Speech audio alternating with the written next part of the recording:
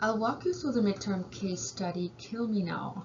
This midterm case study is very similar to a question you're going to find in the midterm, so feel free to use this as a reference. So the first thing we do in our first step is we create a project valuation. We're basically evaluating the value a project would have in the marketplace. And the way we do that is we're looking at projections from international distribution revenues, and obviously we're assuming what we potentially could make with US distribution revenues. In our example, we are estimating, projecting that we receive 75% of our budget from international distribution revenues. This is basically just an estimate. It's an assumption. It's a guess. A healthy guess, of course, made by a bankable sales agent who knows the basis of which they arrive at this number. We have talked about before that in order for any project to be profitable, a minimum of 70 to 75% of the budget should ideally be projected to be made from international distribution rights revenues. So in this case, we're looking at 75% of a $13 million budget, which gets us to $9,750,000. The next step would be pre-sales. Pre-sales are distribution rights license agreements. It's a long word, but these are basically sales that are made before the movie is finished versus sales that you can also make after the movie is finished. They're just regular distribution rights sales that your sales agents will do. The pre-sales are made before the movie is done, so they can be used to be applied for the production financing when we go and have the bank give us a loan for these pre-sale contracts. Now, in our case, 35% of the budget are now being pre-sold. This international distribution revenues are being contractually agreed here. 35% of the budget are negotiated and concluded as pre-sales, which gets us to $4,550,000. And again, for any project to be profitable, it is suggested in a healthy and solid finance plan that at least a third, meaning 30% of the budget, can be pre-sold. This is important to prove that there is demand in the marketplace for this movie. If a movie cannot be pre-sold, it will be very hard to sell it, and it's going to be harder to make money with it. Now, whenever we do a pre-sale, or a sale for that matter, the payment terms we agree with the distributor, and the distributor can be a studio, it can be a network station, it can be a streamer in the various countries. So let's say we do a deal with a German distributor, and it might be the German version of Warner Brothers, and they buy all rights. They buy theatrical rights, television rights, streamer rights, and they basically say, we pay you $1 million, let's say, for the German rights to distribute your movie in Germany for 5 years. They would agree to payment terms that would likely suggest that 20% are paid up front and 80% are paid when the movie is delivered. So in our case, that translates to a 20% down payment in relation to the pre-sales that we have concluded. In this case, also the sales agent demands to be paid for those down payments. So we have to pay the sales agent 15% sales agency fee, 1% for distribution expenses, which could be trailers and posters and such. And then the 15% fee is paid for the work. So in this case, the sales agent gets paid when we get paid. So when we receive the 20% down payment on our pre-sales, which is 20% of $4,550,000, so it's $910,000. When we receive $910,000, we have to pay the sales agent 16% on that, which is $145,600. So what we have then actually available to us to use as a portion to finance our production cost is $764,400. Now, that is the first amount we put aside, and we know we now have to find the other finance sources to cover our budget. We're going to talk about the strike price budget in a minute. Let's stick first with the budget. The unsold rights are rights we have not sold yet. So these are distribution rights we can still sell. We can sell them when the movie is finished. In our case, we have unsold rights of $5,200,000. And how do we get there? We look at our sales estimates. We deduct the sales that were actually made, and we are left with the sales that we can still make, which are the unsold rights. $5,200,000. The distribution for the US is estimated to be 30% of our budget, and we're assuming that's $3.9 million. So if we now add up the rights revenues from the US, the rights revenues from international, we get to $13,650,000. So when we do these pre-sales and when we have these sales estimates, all we really have is paper. We don't have anything. There's no money associated to that. So how can we get money for this paper? How do we get money for pre-sale agreements that we made with the distributors? How do we get money for the rights that we still have available to sell? Maybe a bank will give us money for it. And the answer is yes, the bank does. The bank does if our sales agent is a bankable sales agent that they have worked with before, and where they know that when the sales agent gives sales estimates and does pre-sales, this is someone who actually is able to step up on the level of the estimates or projections that they have provided. So it's important that we use a bankable sales agent to represent our project. Now in our case, the bank decides that it will take the pre-sales that we have made, but will only cash flow them up to 90% of all the pre-sales that we have made. So 90% of our pre-sales would be $4,095,000. The bank also knows that we have already received 20% of our pre-sales, which was $910,000, so it deducts that. So the gross pre-sale loan, therefore, is $3,185,000. On this gross pre-sale loan, we have to pay interest, and this interest is going to be charged against that loan. So we are left with a pre-sale loan of $3,025,750. So that's the loan we get when we give the bank our pre-sale agreements with the various distributors all over the world, excluding the US, of course, because we haven't pre-sold the US. Now, we do have some rights that we can still sell when the movie is finished, and these unsold rights were valued at $5.2 million by the sales agent. The bank will look at the $5.2 million and say, well, that's great that you have $5.2 million left, but we will only ever allow collateral of 50% of that. So the maximum they would give us is $2.6 million. The maximum we would ever get from any bank is 20% of our budget. So we're checking quickly what is 20% of $13 million, and it looks like it's $2.6 million as well. So we are okay here. We're going to get a $2.6 million budget. We're going to get a $2.6 million loan, and of course we have to pay interest. In this case, it's 9%. It's higher because there isn't really something tangible against it, like a contract, as we did with our pre-sale loan. There is basically just the assumption that the sales agent will at least sell 50% of the value of rights he has available to sell at this time. So 9% are paid in interest, and the bank will also use a $50,000 loan fee. That's an origination fee that the bank will set. It's nothing we can do about it. It happens a lot with loans. So in this case, we're assuming it's $50,000. So all these costs, they will be deducted, and they leave us with a net gap loan of $2,360,000. So what we have to pay the bank back is obviously the gross loan amounts, because they include all these fees and interests. We haven't paid the bank anything yet. We do that when we get all our revenues. So we have to just remember, what do we have to pay back to the bank when revenues come in? And that would be $5,785,000. And then we have to, of course, know how much money do we actually have available to cover our budget. And that is $5,341,750. That's the bank loan, the gross bank loan minus interests and origination fees. In this case, we have a junior loan, which is also referred to as a mezzanine loan. The mezzanine lender says, I only want to pay, or I do want to give you 10% of whatever your strike price is. I will get to the strike price and what that is. It is important for you to make the distinction here.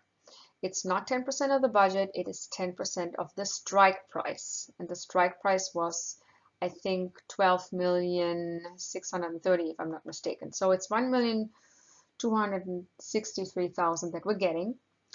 The interest this lender is charging is 15%, and that is often the case by junior loans. Interest is very high because it's a much more it's a riskier loan than a gap loan.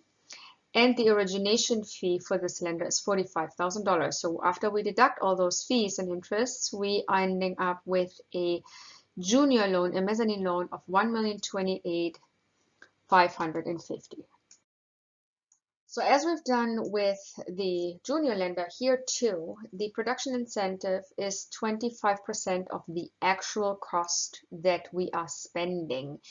And the actual cash that we have to lay out, the actual costs that we have to spend, is the strike price. So the production incentive will give us 25% of that, and the lender who is going to advance this production incentive, so we don't have to wait until the end of the year and after the production to get this from our incentive state, they're going to charge us 15% up front, as well as an executive producer fee and a legal fee reimbursement. And those are fees that you will likely find in reality out there. So it's good that we're looking at this now, so you kind of know what to expect from a production incentive lender. Again, what these people do, they basically advance of what they believe you will be getting from the incentive state after spending a certain amount there.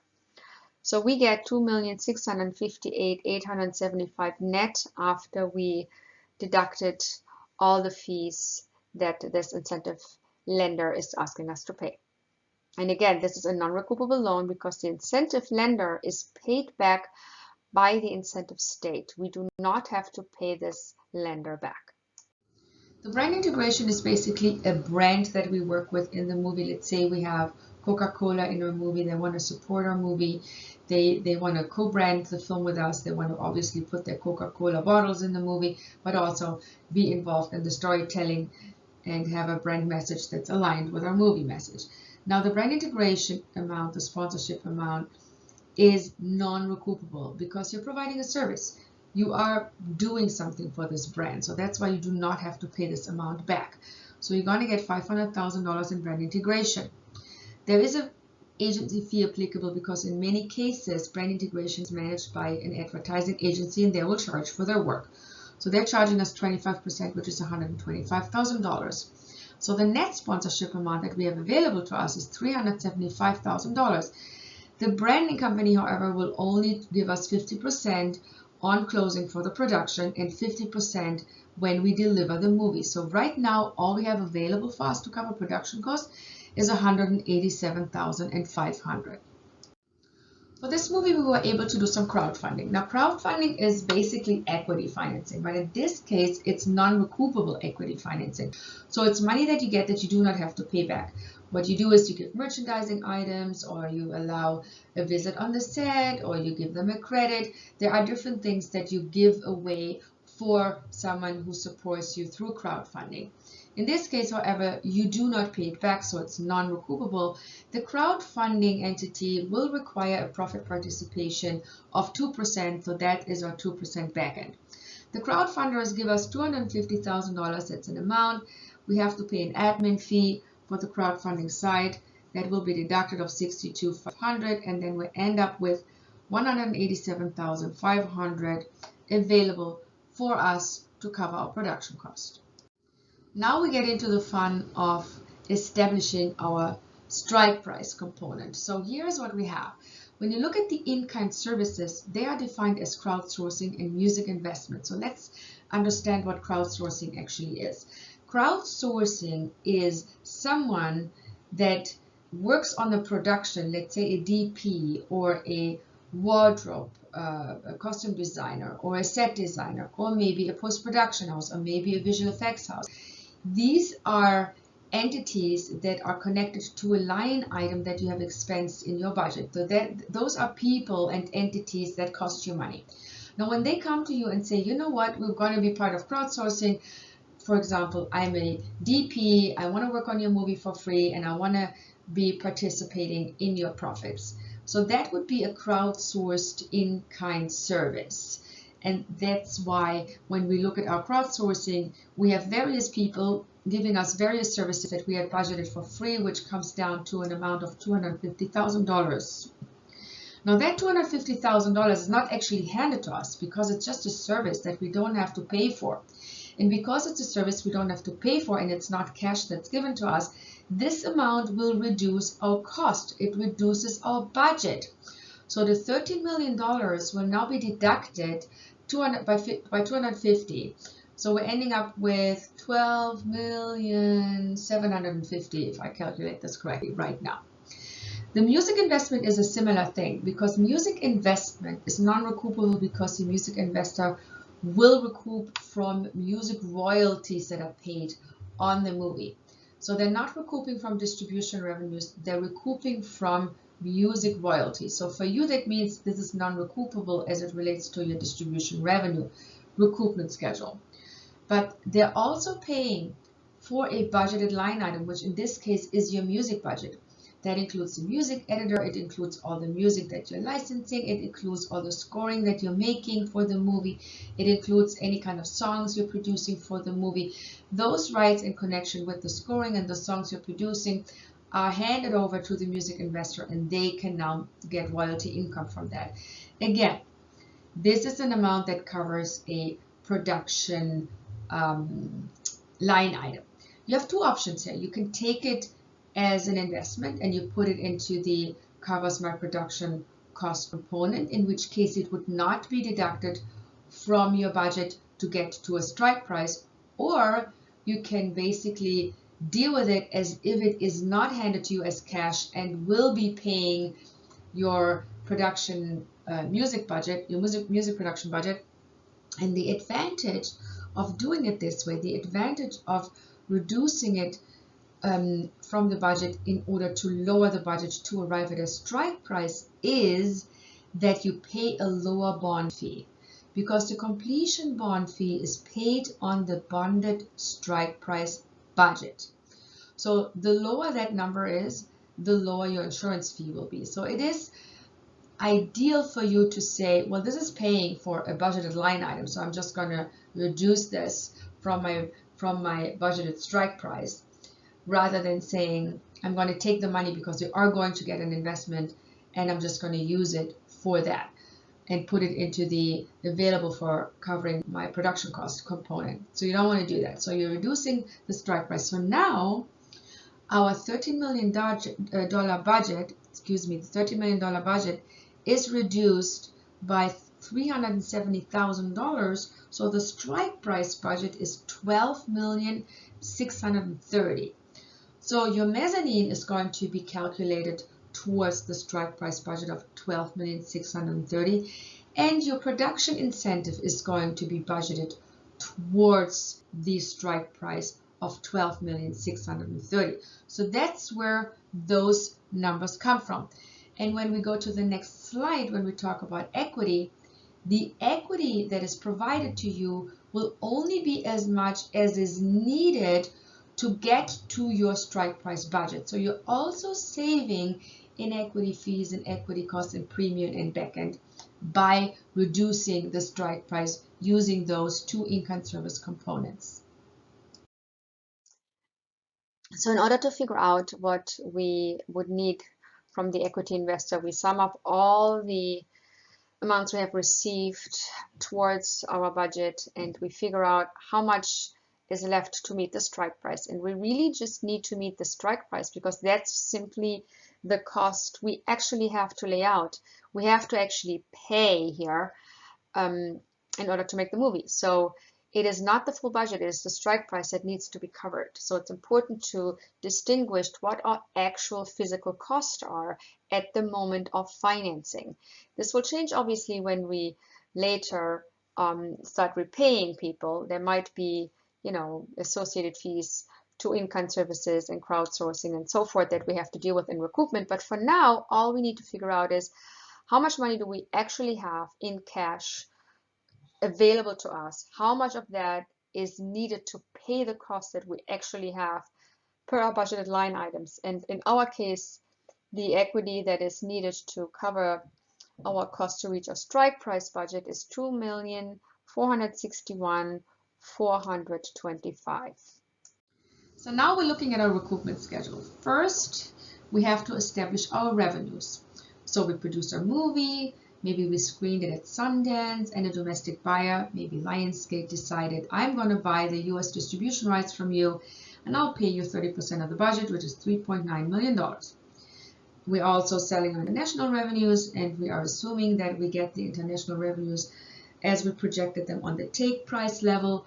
So we're now assuming our pre-sales are coming in at $4,550,000, which was the amount that we pre-sold. The unsold rights, again, I assumed that take level to come in at $5.2 million, which we are assuming is going to be the case here. And of course, we have to deduct money that we already received from the distributor, which was the $910,000 they paid for the pre-sale agreements. This was the advance. For the pre-sales, the 20%. So we're ending up with international distribution revenues of $8,840,000.